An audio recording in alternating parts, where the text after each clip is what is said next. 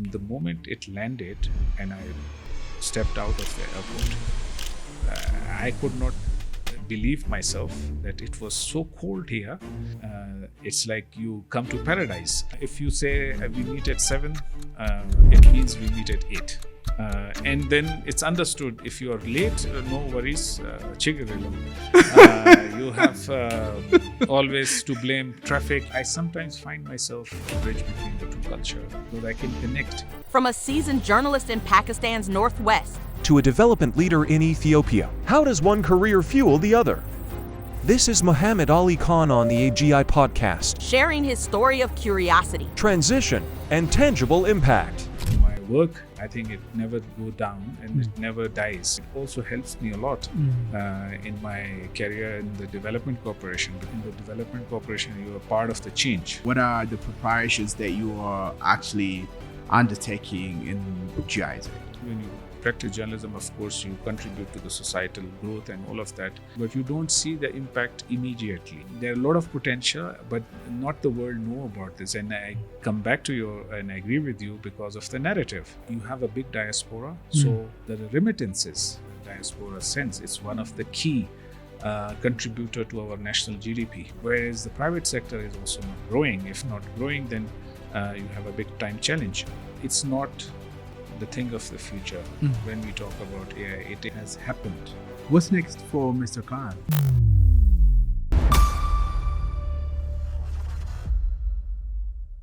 Mr. Khan, it's a privilege and welcome. Thank you very much to Abraham. It's indeed a pleasure for me to be here. I never thought that one day that I will also be having opportunity to be at a podcast, and that too in Addis Ababa. All right. A second home that I called. But it's really indeed a nice pleasure and a pleasant surprise for me. Amazing. Yeah. You know, the reason I call this a special one is because one, I never had a guest from Pakistan, or to be actually fair, that part of the world, Asia, and you're the first one, and I'm really amazed at that because having all these friends from that part of the world, I wouldn't imagine not having them on my show, but you happen to be the first one. So I'm so happy about that. Tell us about yourself.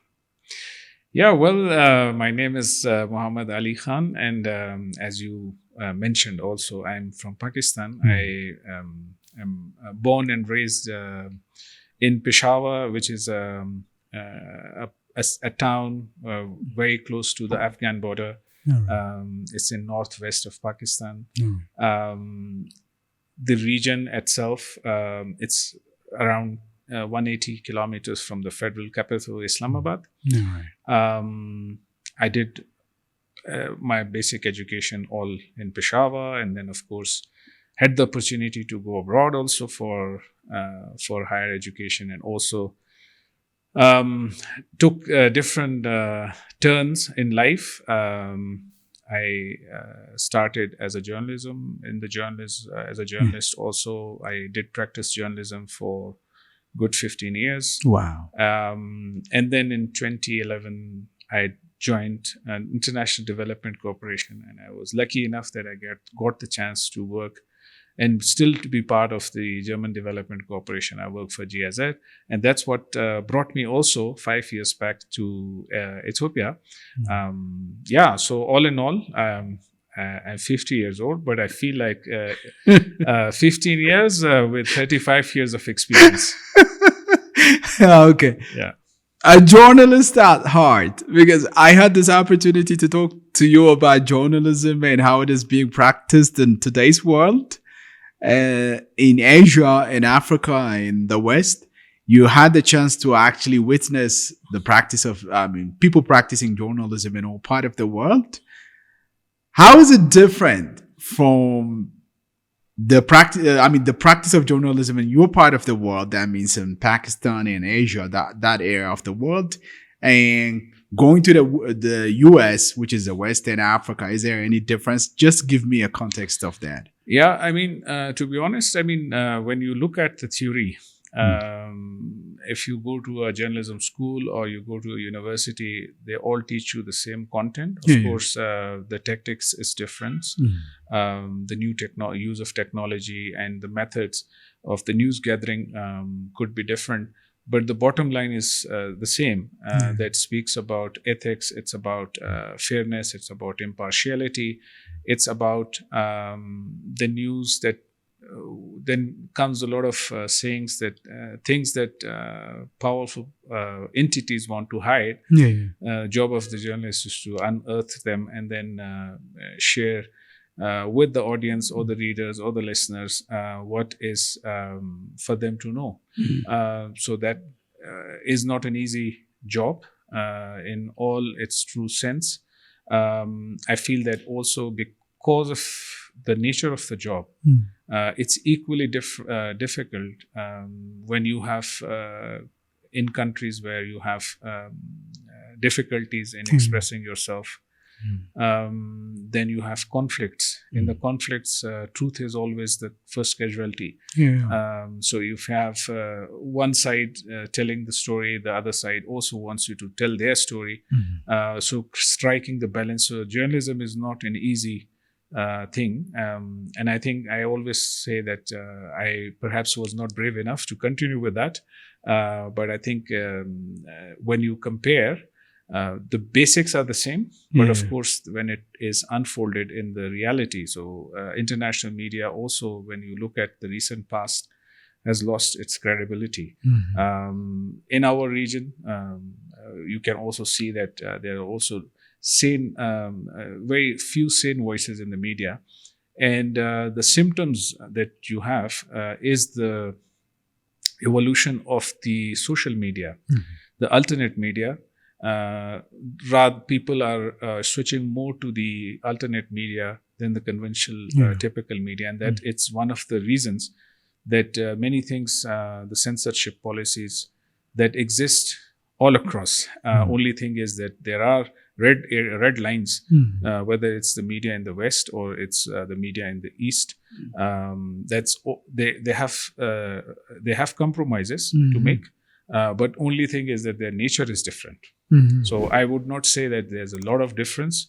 Of course, when it comes to the the working conditions and the possibility for to have journalism as a career and also as a source of your bread and butter, I think that's more challenging these days. That you have lots of journalists, but their life security issues, then their wages issues, especially in our part of the region. That's also a very challenging time. And still, if they continue with their best ethical journalism, they're really doing wonderful job. But of course, it's not easy to survive with journalism in our part, only as a source of income. And especially when you have lots of censorship. So keeping editorial impartiality and upholding the ethics, it's very difficult. Amazing. One thing I understand now, having the chance to talk to you about different things and understanding where your perspective is coming from, I still think that journalist is inside you, still not actually departing from that part. Maybe development is there, you're practicing it, I know, but do you have that heart for journalism still? Yeah, I mean, as a journalist, what is important? I mean, of course, you go to the journalism school or university, you have a degree, but it does not suffice the purpose. What basic instinct one has to have to be a journalist? First of all, is the curiosity that you're curious to know about, doubting what is presented to you. Then, of course, communicating your facts according to the needs and understanding of your audience. So, understanding your audience and knowing your audience, and then you, as a journalist, would package your information in a way that is needed for how your audience can absorb it. So I would say that I also practice journalism also as a financial journalist. So explaining all those numbers, budgets, and figures and complex policies to better explain to your readers, that is also an art. But at the same time, it's a basic instinct that you need to have. Of course, trainings and exposure, learning, observing from others can also help. But I think one basic instinct is about, as I said, curiosity, doubting, also not satisfying with your facts. You cross-check. And when I see this now in my work, I think it never go down and it never dies, the basic instinct. So it also helps me a lot in my career in the development corporation, because that's how you in the development corporation, you are part of the change, and you want to bring the change. And the change, if you don't explain well, if you don't go deep into to dig out the facts, and also to understand your audience and their needs, because change you can't do from outside, it has to start within. And that's so the skills, or rather the basic instinct that I had for journalism, I think it also helps a lot in the current profession that I am in. All right. Tell me about the transition from journalism to development world. Both requires different things. I understand, because I was a journalist once, and I'm practicing it now in the form of podcast, and way into the other world and seeing the different aspect of it. So I want to hear your experience of it. Is there a big difference in there in terms of the responsibility, the people you meet, the exposures that you have? Give me that context. Yeah, I mean, when you look at the big picture, I think none of the profession would you say that, you contribute to betterment of the society, and also you uplift the one that needs to be uplifted. So both professions give you this possibility. But since I practiced journalism almost 15 years, and then the last few years when I was in journalism, I was writing a lot about human stories. I remember in 2005, we had earthquake in Pakistan, and I was really moved with the catastrophe and the human suffering that I saw. And then somehow I started writing about people and stories about young people especially. And then I followed up on those stories after the earthquake, since there were a lot of relief work and then reconstruction. And then I followed certain characters that I chose when they were suffering. And then they got the opportunity to get skills, and then they were setting up their businesses, they were flourishing. So it really interested me to write about those stories. And by doing that, I got exposed to the development corporation. And then I decided at certain point of time that I should give it a try. So I was not so sure that I will survive in this environment, because in journalism, it's an anti-clock job, especially in our part of the world. It was an anti-clock job, that you have your breakfast at 12 when people are having lunch, and then you have your lunch at 5 in the evening when people have almost preparing their dinner, and you have dinner midnight. And then you go home at 3 in the morning, 2 in the morning, and you meet your family once a week maybe, or you meet, if you're traveling, then maybe in few weeks or a few months. So it was like that. And when I joined this profession, it was 9 to 5. And of course, there was also possibility to travel and all of that. But one thing which I really enjoy now, and I looked forward to it, was that the immediate impact of your work in journalism, when you practice journalism, of course, you contribute to the societal growth and all of that by writing and reporting facts. If you're doing your job well, so somehow you are contributing, but you don't see the impact immediately. All right. It might come in centuries and all of that. But for me, it was very interesting that I have a project. I have been assigned a job. And the good thing is it's an ethical business. I would not call it a business. It's a kind of a social work. Of course, you get paid for it. Yeah. But at least you work with young people, you work with needy people, that you work also. You support the government structures to be better, to be more responsive towards the citizens' needs. And it's the sector that I chose, or maybe I was lucky enough that I got the opportunity to work in the skills sector. And then you could see that the measures, or rather the interventions that you design, implement together with your partners. And in a year time or 2 years time, you see the results. So focus is always the young people. Then they get the skills, they set up their business, they earn their livelihood. I think this is something gives you the immediate satisfaction that you are doing something tangible, which I feel for me in journalism was not that much so visible. Second thing was also that since I was practicing journalism mostly in Pakistan, and also within Pakistan, also I was based in Peshawar, which is also not so big canvas for journalism. Of course, we had the issues, the conflicts, and you see the dislocations and military operations and all of those things.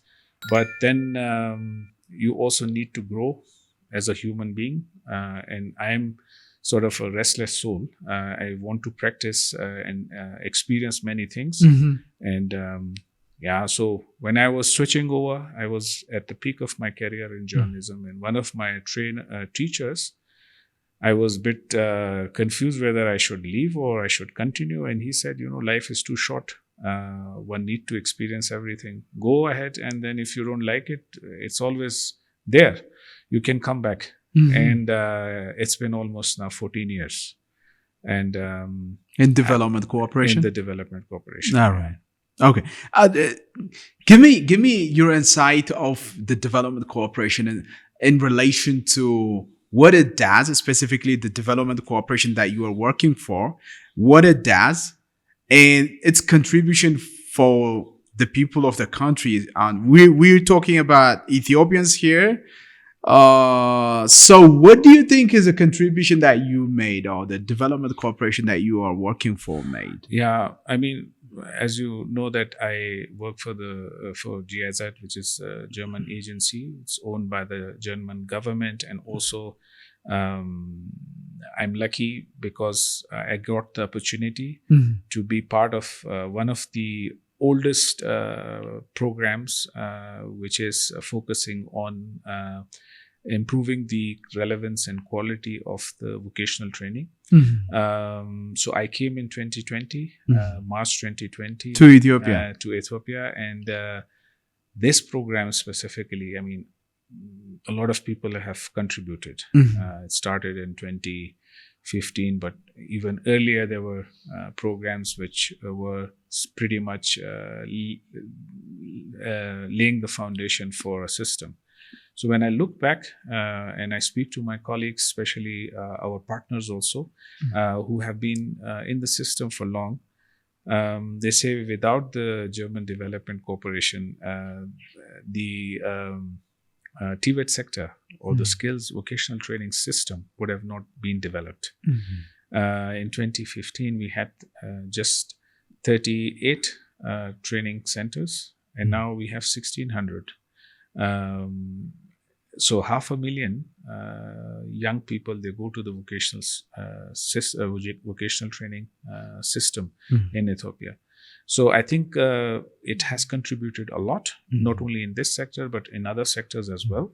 And I believe that also it's due to the governments, whatever governments and the structures has been in the country, they also owned it. And the reform process, I mean, Ethiopia being the youngest country, one of the youngest country in Africa, also needs to have these systems that contributes and provide opportunities for young people to be able and be productive part of the society. So I think it has created a lot of impact, but of course the story goes on. It is still going on with the existing structures and systems being improved. I just gave you the example of the number of institutes that grown over the years, and I'm sure that this will grow more, because when you look at the population figure and the population growth, so Ethiopia in 2030 will be 150 million people. Wow. So this is the second largest in Africa, in African continent. And so giving young people opportunity to learn skills, employable skills, not only the crafts, but also now the emerging technologies like AI and also digitalization. These are the areas where you have massive opportunities that people can take benefit from. And I think together with development partners, of course, that is something that is always win-win for people. Okay. I want to talk about this specific area a lot, and we'll be coming back to it, but I'm also interested to know what the life of a Pakistani coming to Africa and Ethiopia in particular looks like.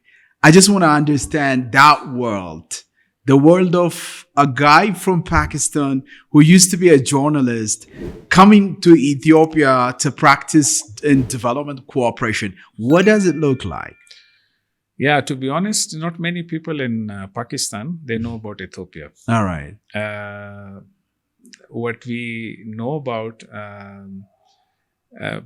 and it has a reason, and it has got better, and I'll come to that afterwards, that we have in our history books a lot about the story of Solomon and Sheba, and also we have the story of the Islamic history when the first migration from Mecca took place to Habsha. Back then it used to call Habsha, and I think now you call it Habesha. Yeah. So we have lots of stories about that.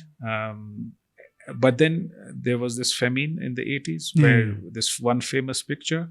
So when you tell people in my country that I work in Ethiopia, or you tell, okay, Ethiopia, then they have an opinion that it's a dry country with lots of desert, and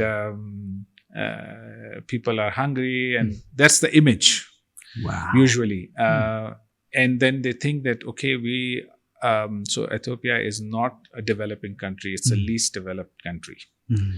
I had the same, unfortunately, thought before I came. I came, in fact, in 2019 to participate in an event here.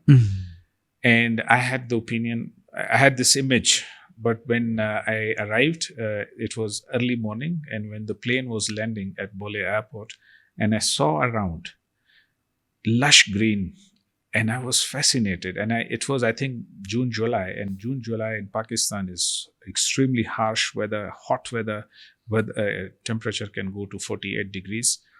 And the moment it landed and I stepped out of the airport, I could not believe myself that it was so cold here in June, July. For a Pakistani or Indian or someone from the Middle East would be the same. It's like you come to paradise. And then I had this, my God, this country is so fascinating. Then that was my time. And then I came back then only for a few days. And then I went back. And then this opportunity came to work here. And then I immediately jumped on it.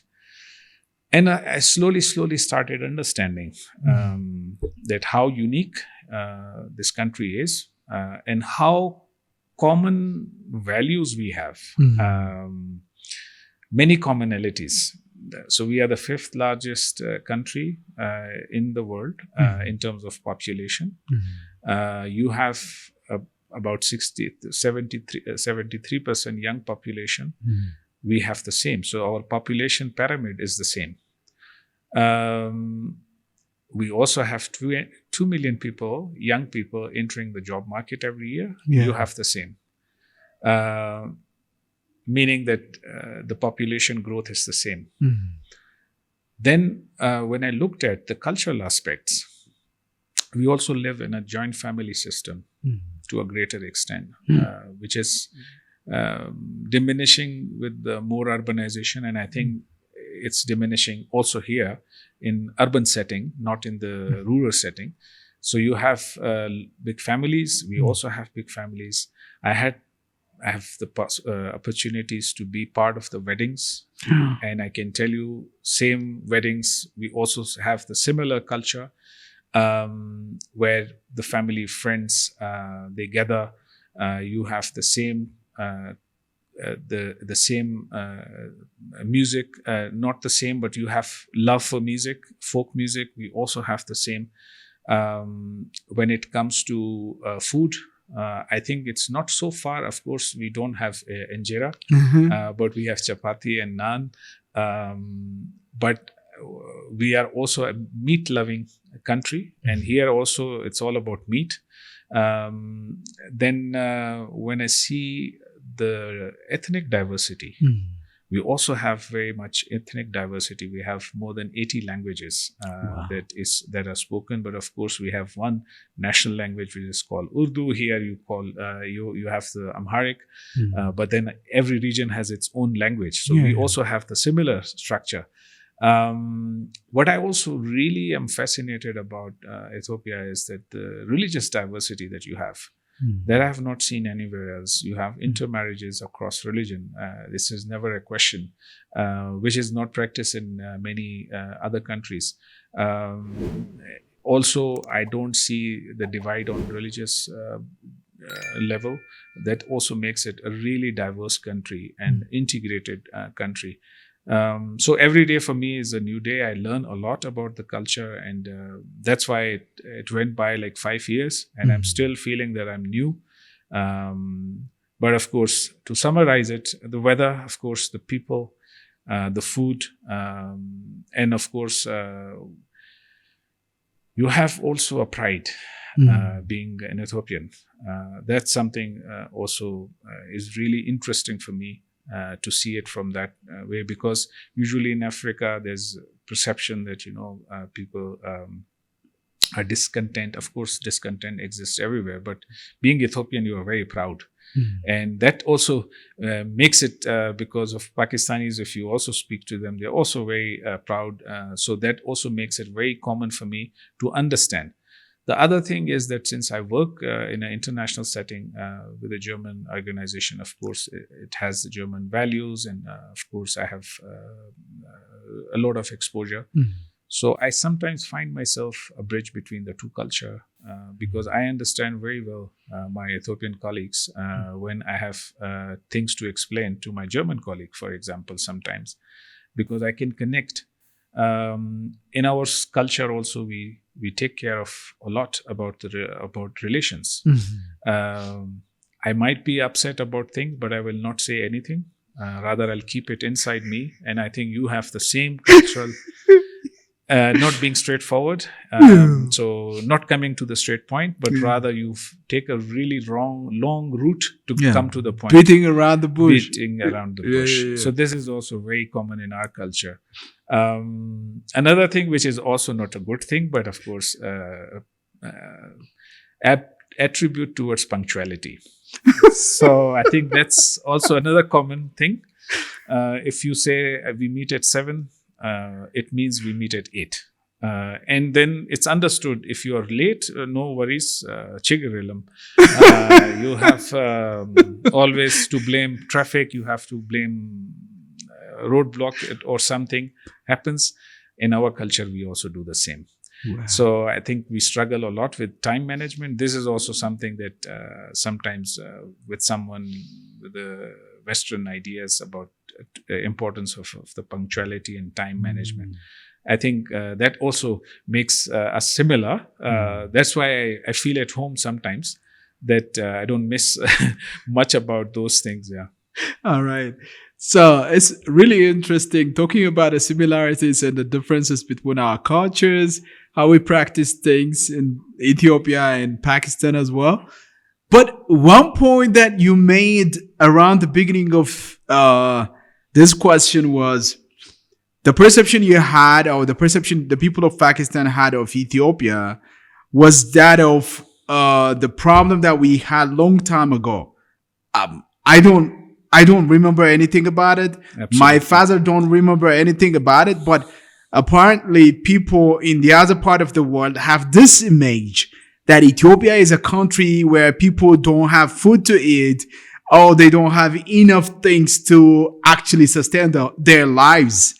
So we have this perception about your country as well. Exactly. As a country fighting people close to Afghanistan and having this problem and that problem. So this bleak picture of a country is created in our mind. Exactly. And the problem is there are also countries whose image is really polished and wonderfully painted. Absolutely. When you go to those places, the only thing you get is frustration. Absolutely. So I have to relate it to narratives and storytelling power, the power of storytelling. Yes. And tell me, as a journalist and as someone who is practicing development, international development, tell me how we can curb or address that problem. Absolutely.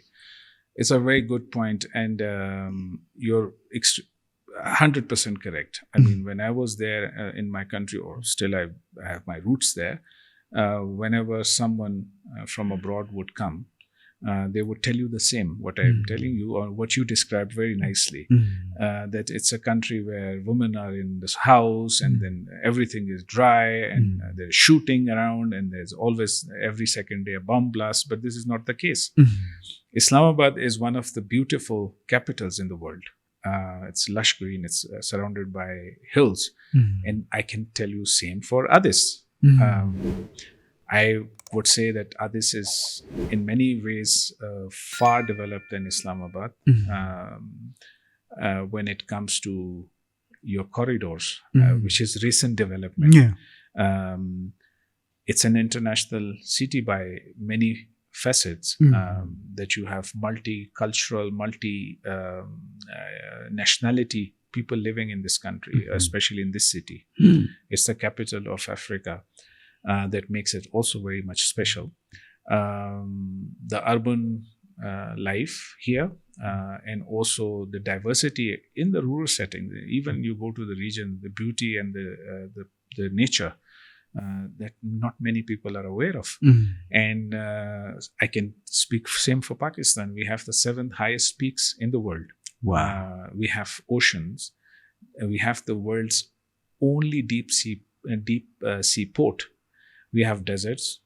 We have plain areas. We are the 5th largest livestock producers.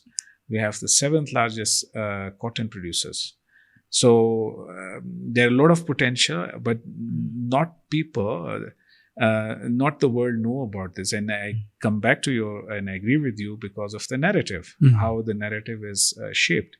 And I think this is also not only to blame others, but also need to be introspection. Are we not able to tell our story? I mean, when it comes to Ethiopia, I can see that you have nature is the biggest power, and it also derives a lot. The national economy could derive or should derive. You have a big diaspora, so does the Pakistanis. So the remittances, the Pakistanis diaspora sends, it's one of the key contributor to our national GDP. And here is the same case. The diaspora could be the good ambassadors for the country. And also, I think I can speak for my country also that I think it needs also the narrative building. You need also special campaign to highlight. In comparison to Pakistan, I think Ethiopia has advantage. You have your jewel Ethiopian Airlines, which is the best airline in Africa for the last 6 years. They are getting the awards, and now they fly to so many countries. And that's one thing that I also now see that they started direct flights to Pakistan almost 2 years back. And now you see lots of people now, when they transit from Ethiopia, they used to transit before as well, but now they get the chance to see the culture. Of course, they also find time to step out, and then they see the airport, for example. So we have no comparison with the Bole airport, which you have. So I think that's all about the narrative. And I think usually what happens is that since these media campaigns, they are quite powerful. I mean, look at the countries which want to attract tourism. You see in the Eastern Europe, you have also examples like Turkey. You see on international media, the Istanbul ads publicizing Istanbul as a tourist destination. You see Indonesia, Bali, for example. You see so many Asian countries which has tourism as their basis. So they focus and invest in those campaigns. Second thing is also about the image issue is not only limited to addressing through campaigns, but also making travel easier for people. So in Pakistan now, around 128 countries, nationally, people from those 128 countries, they get the visa-free arrival. Of course, we have still to work on infrastructure of tourism. Tourism is one of the key to make possible for people to travel to different countries, experience different cultures, and then the story changes. I think here also tourism has been considered and also pushed as one of the key sectors that also helps to create the narrative. People come here, they spend time, they spend also their money here. It helps the local economy, but also it creates an image for people to go and tell others, and then they come also. So I think that's all about the narrative building. I totally agree with you. Some measures can be done by the government. Some can also be done by the diaspora. But usually these campaigns and, creating the soft image of the country requires resources, especially in this competitive world. And countries with limited resources, they find it not so priority that should help to create the narrative. Amazing. I mean, I was expecting a point would be made in regards to the narrative building. I was thinking like would bring some Western media to create or to shape narratives or something like that. But you beautifully put the whole point in a different direction, mentioning the tourism aspect of it and bringing the Ethiopian Airlines and the other aspect of the country. That's wonderfully put. The other point that you made around the beginning of this conversation, not around the beginning, but before asking you this question, was about Pakistan and Ethiopia having huge numbers of young people. I think the median age of Ethiopia is 19.5 or 7 or something like that. So we're full of young people. But in terms of the productivity that we get, I don't know what we have to do, but I don't believe we got everything we want from that. So you can compare the two countries in that regard, and you can bring the international development aspect of the work that you do in how can we better ourselves and invest in young people so that we can reap what we saw in terms of the young people, the young population we have, both countries, Pakistan and Ethiopia. Yeah, I mean, One thing is for sure clearer, that the change process should be indigenous. All right.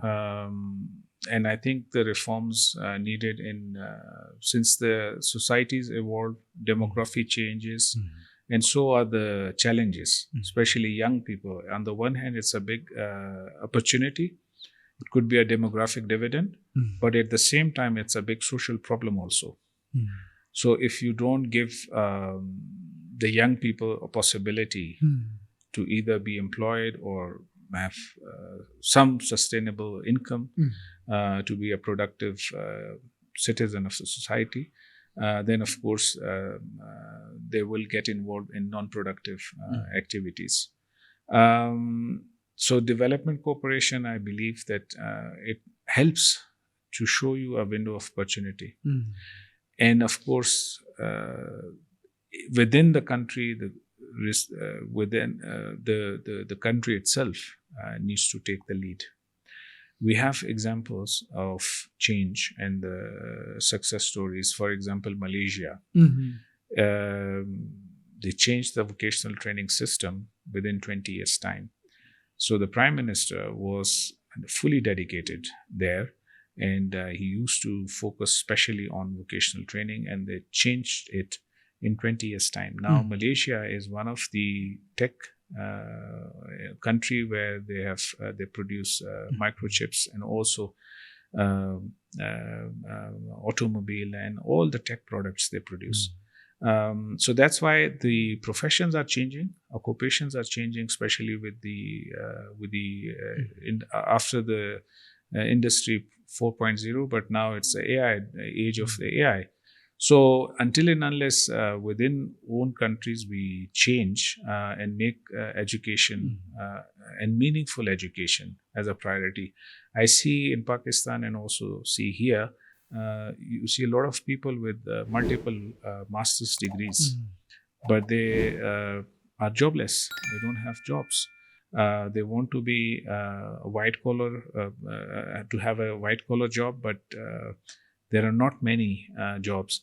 I believe for Pakistani setting, I can for sure say that the government jobs have long ago reached the saturation level. So not everybody can get a government job.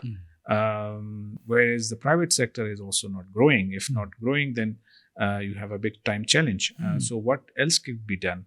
And I think in this area, skills, especially the skills sector, comes in handy. You can provide training, vocational training, and people. I hardly see anyone with a vocational training who have learned a skill, whether informally or formally, who is jobless. Absolutely. But you have lots of people, young people, with multiple master's degrees, thousands of them, or if not millions of them, jobless. The reason is that whether it's the vocation, whether it's the higher education, or whether it's a vocational training in some context as well, are producing graduates that have no place in the job market. The job market has evolved to a greater extent. I give you an example. In very simple trade, when we talk about the vocational education, plumbing has changed. Now the plumber has to know a bit of electronics, electrician, being an electrician, plumber, at the same time also knowing how to reduce the consumption of water, for example. So they need to know how to use energy efficient instruments. But if we don't do that, then the industry needs something else to continue with the business. So that's something that I think that if we can focus on prioritizing education, without education, I think no society can progress. And when it comes to education, of course, education needs to provide people with the possibility of employability and also to also be able to not only look for jobs, but also look for business to become businessmen or businesswomen. That is something the financial literacy becomes important. And then, of course, the overall macroeconomic conditions and the conducive environment in a society also comes in handy. So the education, education on the one hand, and on the other hand, the economy should go hands in hand. And if we don't do that, then of course we are producing army of jobless young people. Great.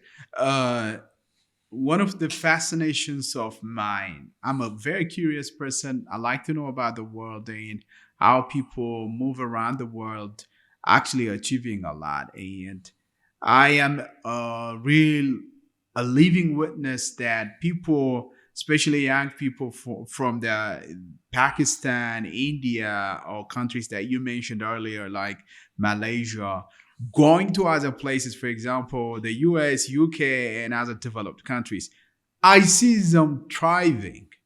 So I question myself, some of my heroes, some of the greatest people I know today from the internet, and some of the friends I have because of the work I do are these brilliant people from Pakistan, India, Malaysia, and that part of the world. I'm not diminishing the impact and the achievement of friends that we have from the West, be it from Germany or England, other places in Europe. But what amazes me a lot is these people coming from a third world country, by the definition of the United Nations, achieving a lot in the West. What do you think is the cause of that? Yeah, I think that's also an interesting aspect. I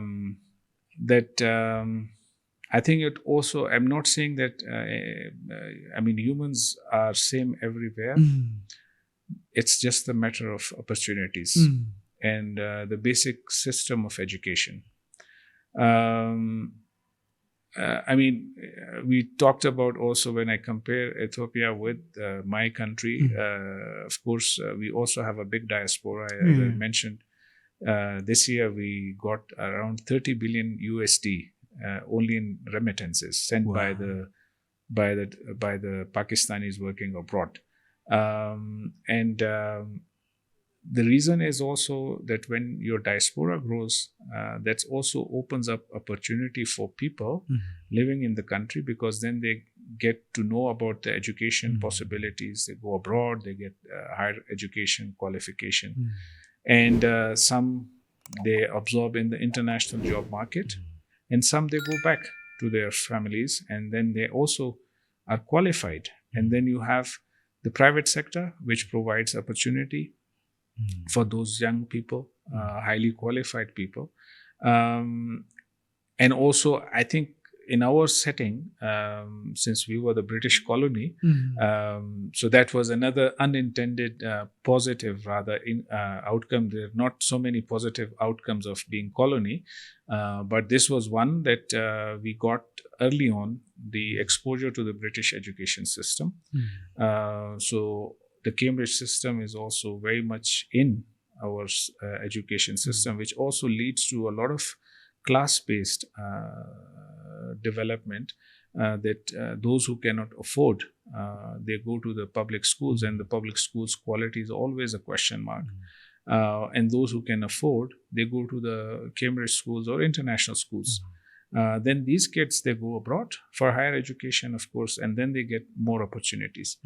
This also creates a bit of class-based system, because all the government jobs, so we have the competitive exams for the civil service. And of course, when someone is at advantages, have better education compared to the one who went to the public schools, so they have less chances. Then it becomes very difficult for them. So always you see a class-based society being promoted. But coming back to the question, how come these people? And as I said, that Cambridge system, internationalization, globalization made it possible. I see somehow, though in Ethiopia you have lots of big diaspora, mainly in Europe and America, and I see also good business people But when it comes to the flow of young people going abroad for higher education, and also the possibility, I don't see that much. Especially how it could be better that there are partnerships with across the country, university twinnings of universities. You have to have exchange programs. When it comes to professional education like medicine, engineering, there is a possibility, and there should be a possibility for example, residency in those countries where you have better scientific research. They know about new technologies being used in the healthcare system. And then if you have those exchange programs and people go for residency abroad and then they come back, of course, they get exposed. Then their kids also go and study. I'm not saying that it's the only way to progress. Sure. You can also have indigenous education system. But the point is about the research, about the advancement in technology, and this is all happening in the West. So it's always beneficial to get benefit. Of course, we also learn from other values of other countries, but of course we continue to stick to our roots, which are our values of cultural importance. But of course we need to be open to get things, the good things from everywhere, wherever we go. And I think with Ethiopian setting, I mean, as I said, it's an hardworking nation. And one of the fascinating aspects I saw during COVID, you are very much law-abiding. I saw a small coffee lady also having a place to wash hands. She was wearing mask. So I saw a lot of compliance. So I think all of that when comes in, you have natural resource, you have also a possibility, such as important geostrategic location. So it can also develop, but of course for that you need a lot of exposure and also partnerships, joint research work, introduction of technology. And it's working, it's on its way, but of course it can be better. Great.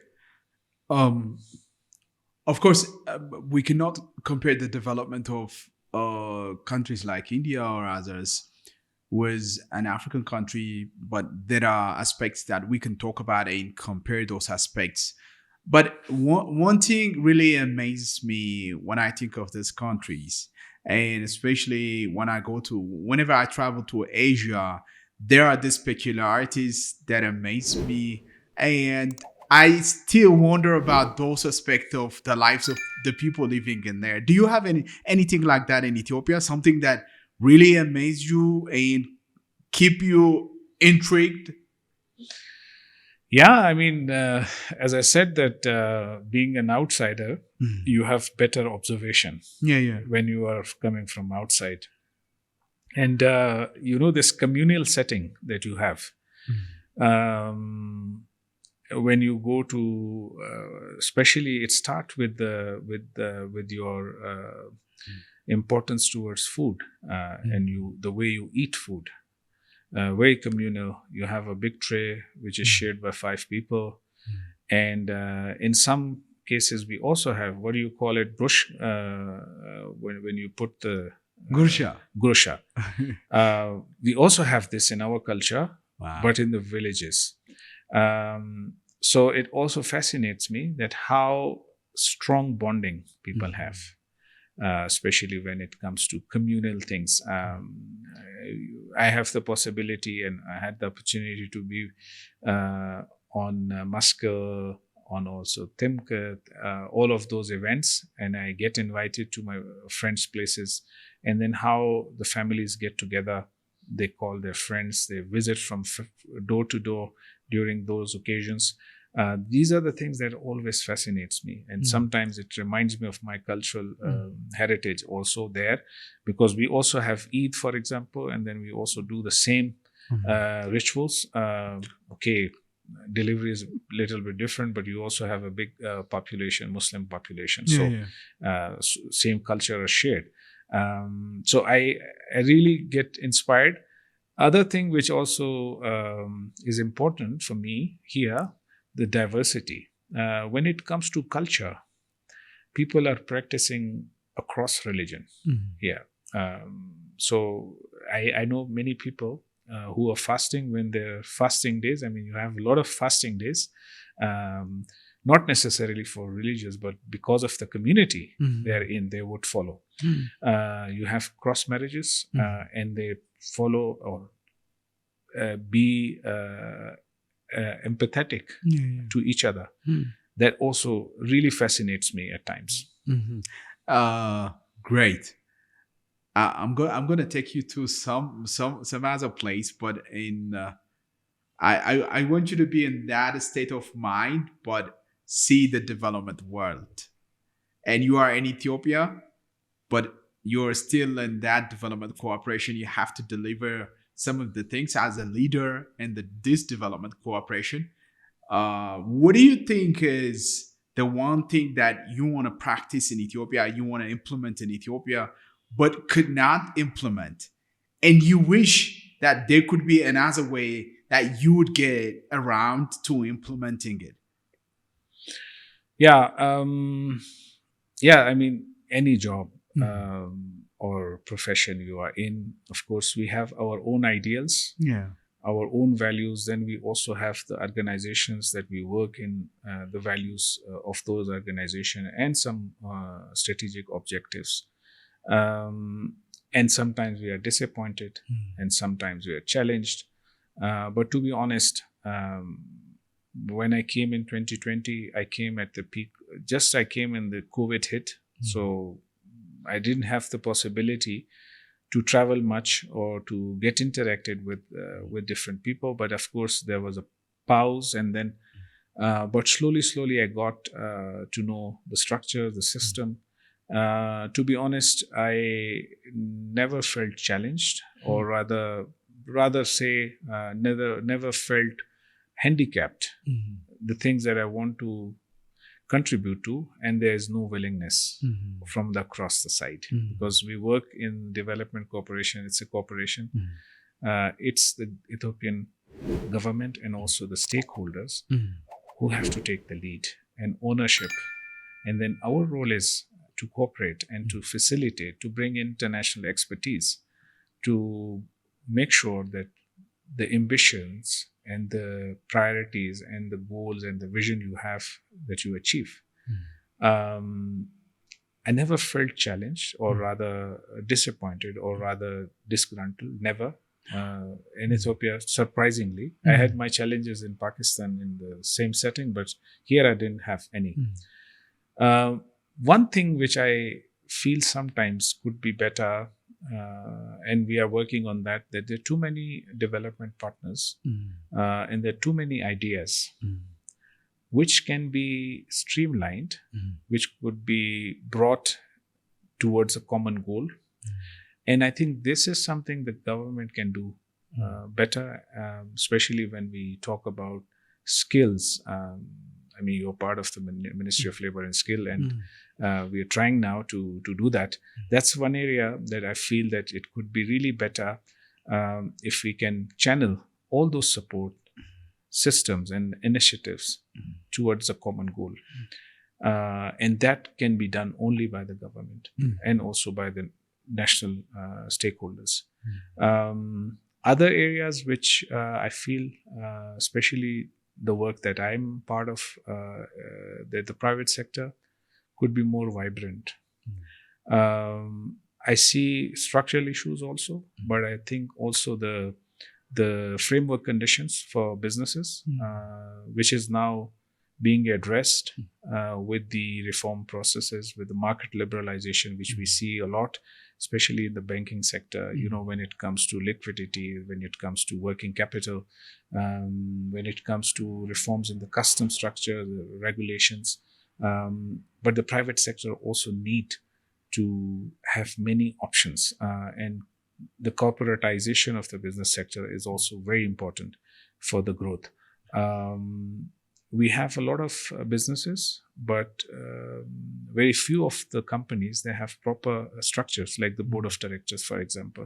Most of the businesses are family owned, which is not a bad thing.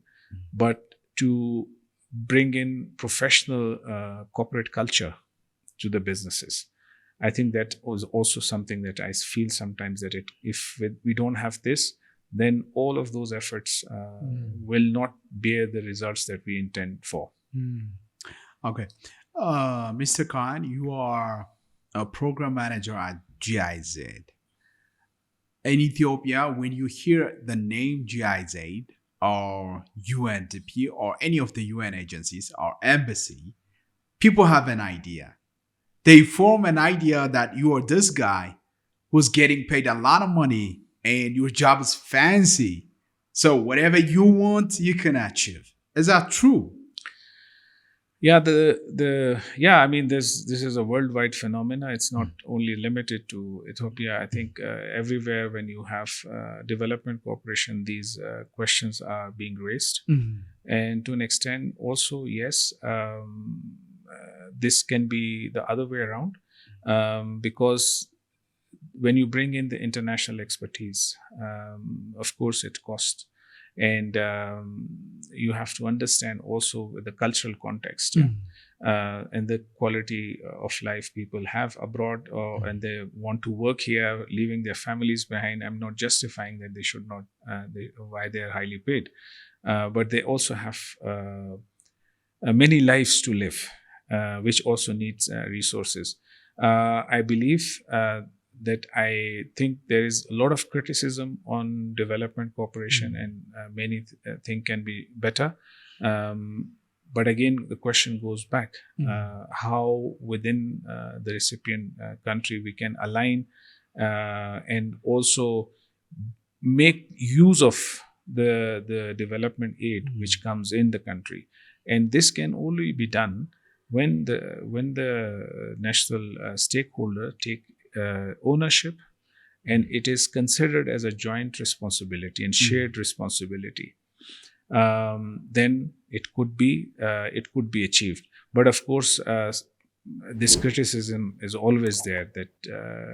I'm not putting it as a criticism, actually. No, but this is seen because that's all those events, hi-fi events, of course, big conferences. Then it is considered as if this is waste of resources. But sometimes you also need that. Especially coming back to the earlier topic of narrative. So when you do a lot of good thing, you also need to talk about it, and that's how it happens. But I see your point. That is something that even when I work in Pakistan as a development partner in the development sector, I'm also seen like that. That okay, these are the guys who are well paid. But of course, this is benchmarking with international organizations. They have their own values, and according to that, the paycheck is also aligned and all of that. But of course, this criticism exists. Yeah, definitely. I mean, people can have ideas about the payment being big or the check being huge check or anything like that. But the reason I asked you that question is because everyone actually aspires to be that guy who works for this kind of NGOs or companies or development cooperation.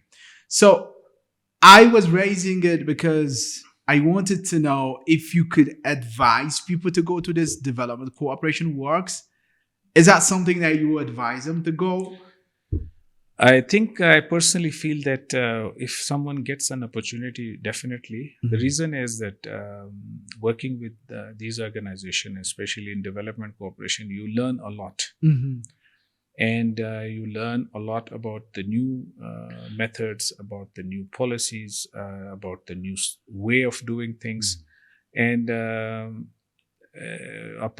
being part of the structure, you learn a lot. And then if tomorrow you go back, you contribute to the society.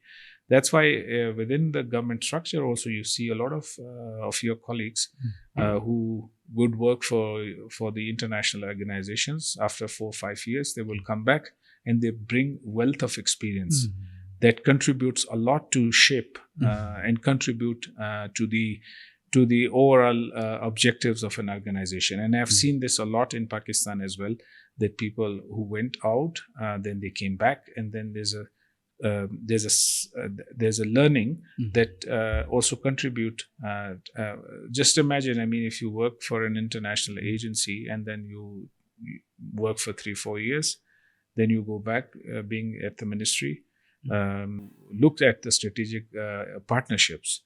You have the knowledge, you have the way how these organizations work. You can really team up with them, and then you can really take benefits of the expertise. You can channel resources in the right direction. I see this as a plus for the society and for the countries, because human development is also an unintended outcome of this development cooperation. Great. I want to take you to the developed countries in the setting of vocational education or training or anything of that nature. And privately visiting these big companies, manufacturing settings, and entrepreneurs doing all these magnificent things. And I think like it's in private. I don't talk about it with people. I think like I want your insight about this. That's why I'm mentioning it, and I'm giving you anecdote about the whole thing. So I had a chance to visit companies in France or Germany, or in Asia, for example, in South Korea. So I was saying these people are working like this, manufacturing all these things because once they were really desperate to get food on their table. And I secretly think about, I don't wish it on my people. I don't wish it on my parents, my friends, but I secretly think and somehow inclined to think about a misfortune that would come upon the people in this part of the world, in Africa. Then I think if they had that, if Africa had that, maybe we would turn out to be like this, because we would struggle to survive. And if we struggle, they would, after the struggle, there would come some kind of result that would make us really sharp and find a solution to the problems that we have. We're talking about development cooperation, this and that today in Africa, because admit it, we're poor. So how wrong or how right is my thinking? Yeah, I mean, I don't think so that you're poor. You are much resourceful. If when we talk about the Africa as a continent, all about the rare earth minerals, the natural resource that you are sitting on, it's not about that. It's about the example of the countries that you gave. I mean, look at Singapore, for example. What is so different? It's a very small country, even not the size of Addis Ababa, the population and all of that. Why they are the leader in many ways. The top CEOs in the world, majority are from Singapore. Why? The reason is very simple: education. If we do not spend on education, and education, not only education, but the demand-oriented education, we cannot achieve. Second thing is technology advancement, research. How many PhDs, let's say in the developing countries, they really produce ideas which led to product development. I mean, you are from the academic background. You can judge better than me that the thesis and this research is run-of-the-mill, not leading to any innovation. When it comes to also partnership with industries, I mean, the examples of the country that you gave, they are hands in glove with the industry. So the industry funds competence centers in universities. They have regular exchange programs. They have internship programs. The best universities, they produce graduates before they pass out. they already have jobs because already they have partnership with the industry. I think this is one of the missing links that the governments or the states, they want to do everything by themselves. I know there are social pressures. You have big populations, and the government, and especially the businesses, are monopolized, or rather heavily dominated by state-owned enterprises. And then you think that you don't need so much because we keep reinventing the wheel. The families, they will spend their fortune to get their kids complete their master's degree, and then they are not able to perform what is needed in the job market. Then the companies will invest again on them to get them up to the speed what is needed in the in the job market. I think one of the reason is education, and of course the political will. You don't have all the gloom story. I mean, you have good examples also in the region where you have progress. Ethiopia itself, for the last 10 years, even before, due to COVID, its GDP was growing double digit, one of the fastest growing economy, and it is still the case 6%, where other economies are suffering. But how to channel it, how to make innovation, your own products as export oriented products. So that's how I believe that until and unless the key is education and quality education that promotes innovators, scientists, and then of course you need good business environment where businesses are thriving. Creating wealth is not a crime. Creating job is not a crime, but the government alone cannot create jobs. For that, you need the industry. And until and unless we don't have the industry, and the industry itself, which is large scale or medium scale manufacturing. So we see a lot of development in Ethiopia. You see these industrial parks. They have been created with the same objective that we have the industrial base, because other services sector is also good, but within services sector you have new emerging areas. For example, IT. For example, AI, artificial intelligence, outsourcing.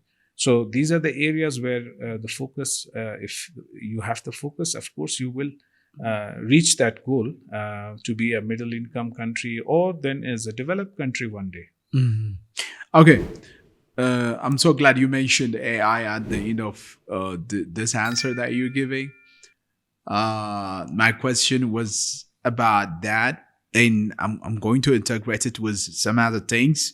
I was wondering and thinking about the development cooperation, especially GIZ, and with the advent of AI today, what are you thinking? Because you were mentioning training, education, industry, and academia, education facilities linkage or marketplace linkage, and there is the disruption that is brought by AI.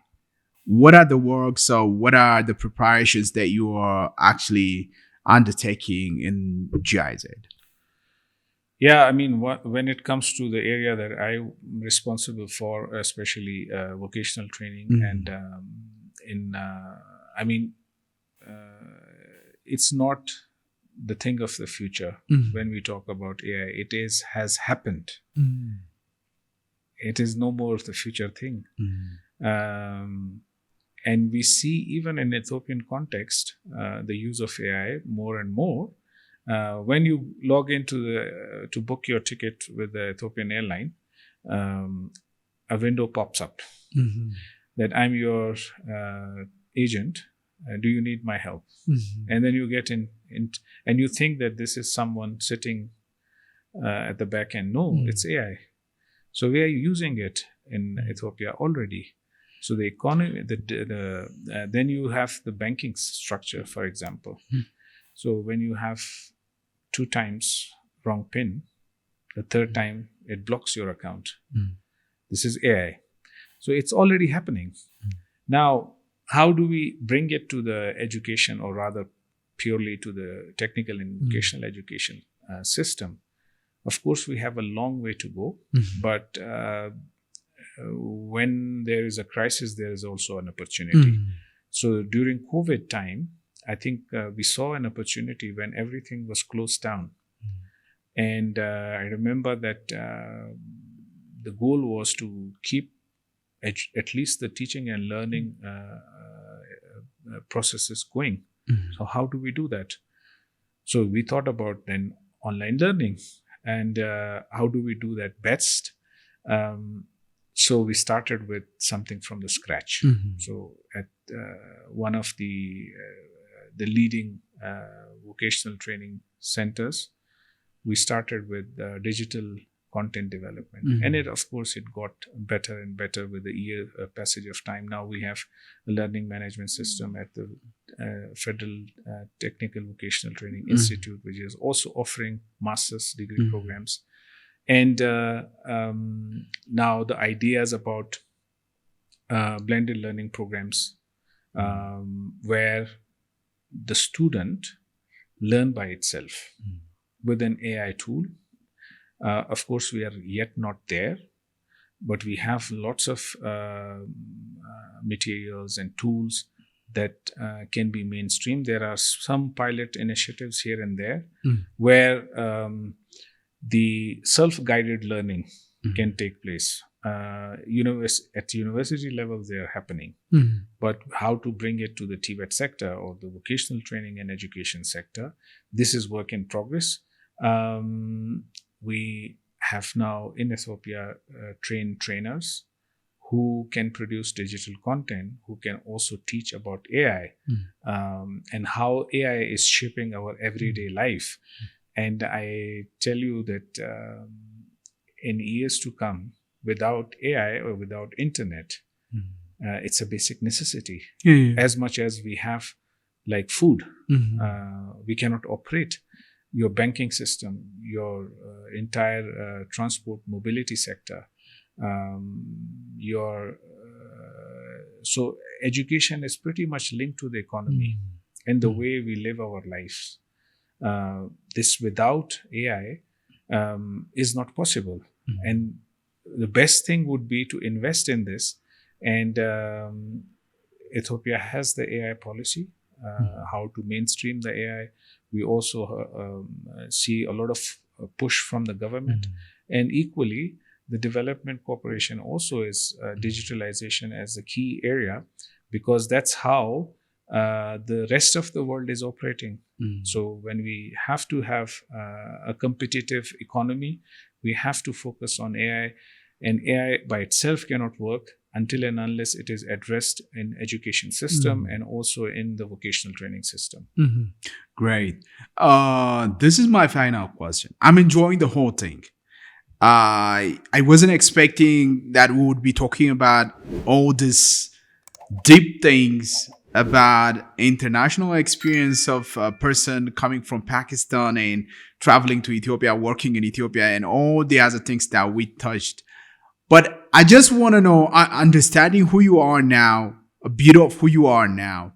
I just want to know the three things that contributed to who you are today. I think as a person and myself, I mean, it's very difficult to say, but I think one thing which I feel is my perseverance. And I am also very much disciplined when it comes to career and profession. And I'm very much curious. I experience things. And I think at the beginning, what we were speaking of off camera, as a journalist, you need to be curious. And I think that my curiosity continues. And so that makes possible for a shift of careers and shift of countries, all of that possible. And of course, during this journey, I came across wonderful people to learn from, mentors that gave me possibility to learn and also expand and make mistakes, and also learn and reflect. So all of that, I would say, contributed during my journey. and the journey still goes on. As I said, I'm 15 with 35 years of experience. So I still look forward to many, many years of exploring new things and new avenues. But of course, Ethiopia will remain and still as a very much contributing in terms of my development and growth as a country. I've learned a lot, and I learn every day something from your country and culture and wonderful people. Great. What's next for Mr. Khan? I don't know. I usually go with the flow.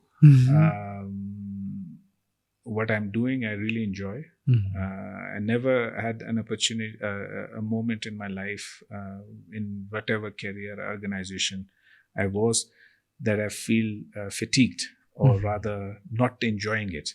So I really enjoy it. But I don't know what will happen.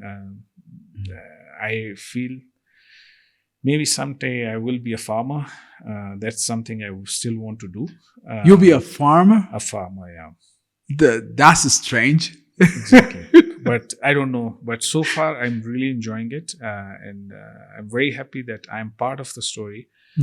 I don't know, who knows, down the line, someday when I'm no more in this role and I see development and I tell people, okay, I was also there and I was also part of the story. That's my wish. Mr. Khan, you are a fascinating individual. And again, I have to say, I'm glad you came. So my pleasure that you gave me this opportunity that I can speak of things that normally in our professional exchange, we don't get the opportunity to go deeper. And I must say that I watch your programs regularly. Thank you. And I was always amazed the setup that you have. But I got to know about your friend Jordan today. That every thanks goes to him. Yeah, it's a fascination that people have. You have some people with passion. And this is one of also the reasons that I always get surprised in Ethiopia, especially in Addis, because I do travel for work to the regions, but of course, my most of time is in Addis, and I meet so many fascinating young people with passion. So that's why I'm very much hopeful about the future and prosperity of your country. I so much respect the points that you made. I would want to continue the conversation, but promise that you'll be coming next time and we'll be continuing this conversation. Yeah, of course. Inshallah, we will continue this discussion. But I think I will switch it over. I will interview you. I don't know why people are saying this thing, but everybody is saying this thing. Absolutely. Yeah, I'll be glad. Thank you so much. Thank you very much. All right.